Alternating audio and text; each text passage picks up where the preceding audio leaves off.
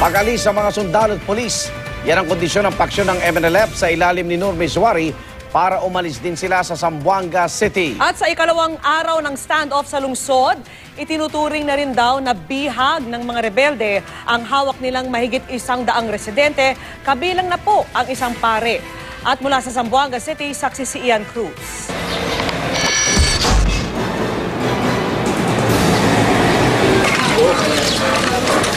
Kasabay ng pagputok ng araw kanina, muling narinig ang mga putok ng baril sa Zamboanga City.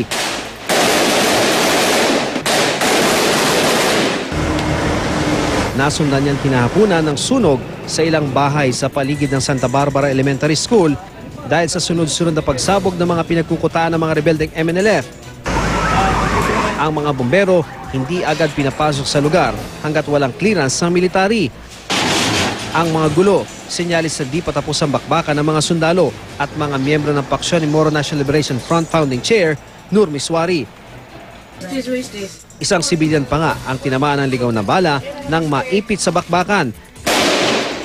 Nasa 24 na ang sugatan habang 4 ang kumpirmadong patay sa kaguluhan, taliwas sa 6 na bilang na naunang iniulat kahapon ng lokal na pamahalaan. At bilang paghanda sa dagsapan ng mga biktima ng kaguluhan, nasa pinakamataas sa babala o blue alert na ang mga ospital sa buong Zamboanga Peninsula.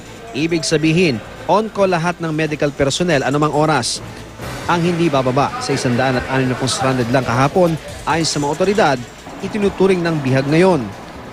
Kabilang si Father Michael Ofana, Assistant Priest ng St. Joseph Parish.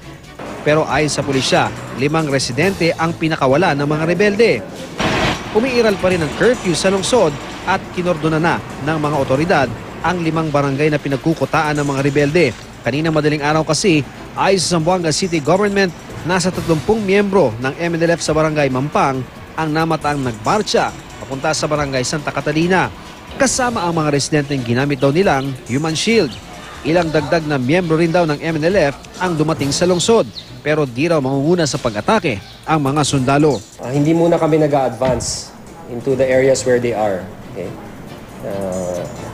Doon muna kami, we're situated in the area wherein we can cordon them off. Dahil sa tensyon, naglabas ng travel advisory ang Amerika, Australia, Britanya at Canada.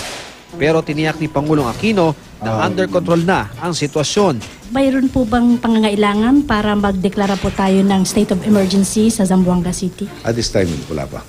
Git ng kampo ng MNLF Misuari faction, peace rally at hindi panggugulo ang hangad daw nila sa pagpunta sa Zamboanga City. Sa bandang ulo, naniniwala po ako at nakita ko yung pattern na ito'y ginagawa ng Malacanang para i-divert yung problema sa pork barrel scandal patungo po dito. Atras lang daw sila sa lungsod kung aalis din ang mga sundalo at pulis. Yung military components that will fall out in that area, mga sa safer area sila siguro, and let the other political mechanisms move to solve the problem.